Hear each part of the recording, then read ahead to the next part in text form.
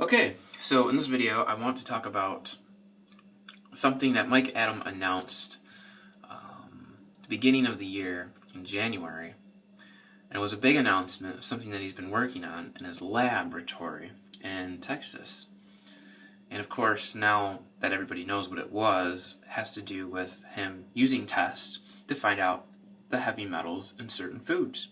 Your local grocery foods, superfoods, and all kinds of different foods and products out there. And I'll be honest, I completely don't understand how to read it. I've been on the website, and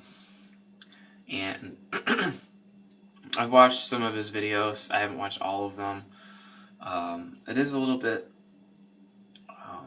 tricky to kind of understand, but from my understanding, I just thought that I would throw out a couple worthwhile points, I guess, worth thinking about or sharing with other people. I was thinking that, there's foods, natural foods, that are going to have higher levels of heavy metals in them than some junk foods. And what I think, and I really hope this doesn't happen, but I hopefully don't want to see Mike Adams' good work that he's been doing be misrepresented by some folks who think, oh, so this bag of chips has less heavy metals in it than, say, kelp, so they choose the potato chips over the kelp. But see, there's plus and minuses to all kinds of foods, and while the kelp might have higher levels of heavy metals, is that the overall determining factor of whether a food is good or not? Because what about all the other things in the food? See? And then you have to figure out, your daily bodily functions and how it deals with heavy metal detoxification. There's so many factors and everything, but it could be used in a way that would basically, make people think, oh, so this food isn't so bad for me because it has less heavy metals than, say, an apple or an orange or what have you. And so they choose the more unhealthy food over another food simply because it has less heavy metals in it. Whereas heavy metals have now become the cornerstone of deciding whether a food is healthy or not, without looking at all of the other factors involved of what makes a food healthy or not. I know this seems very complicated and everything, but it's just something I was thinking about, and I was thinking how it could be used in a bad way, even though his intention is for it to be used as good and to empower people. Some people might be, it might go the other direction, So I just thought I'd throw it out there. I doubt this video is going to be watched. I doubt he's even going to watch this video because, I'm kind of insignificant with 1,400 subscribers.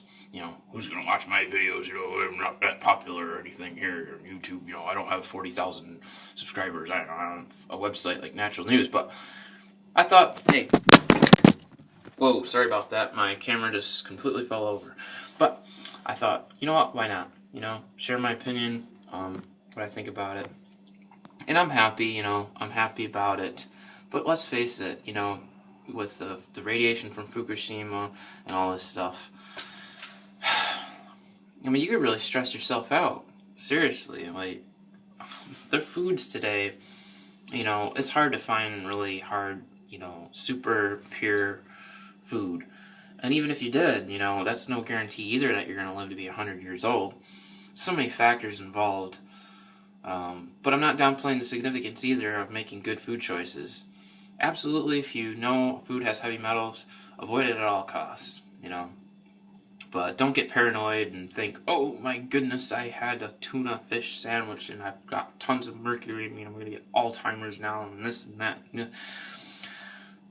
But make good food choices based on the knowledge that you have, and understand, just because some food has less heavy metals in it than another doesn't automatically make it that bad,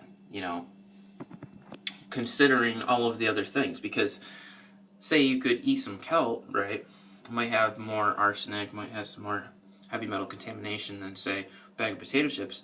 But what if your thyroid is, you know, not functioning right and you needed the iodine? Sure, you might get some heavy metals from or whatever from the kelp, but your thyroid would benefit because you got the iodine from the kelp.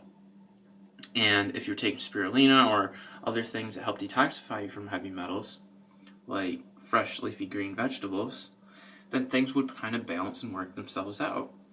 So, you know, that's what I'm saying. Things are so much more complicated than what sometimes people, you know, may make you or lead you to believe. So, you know, it's good. Just throwing my opinion out there. And with that, I will see you guys later.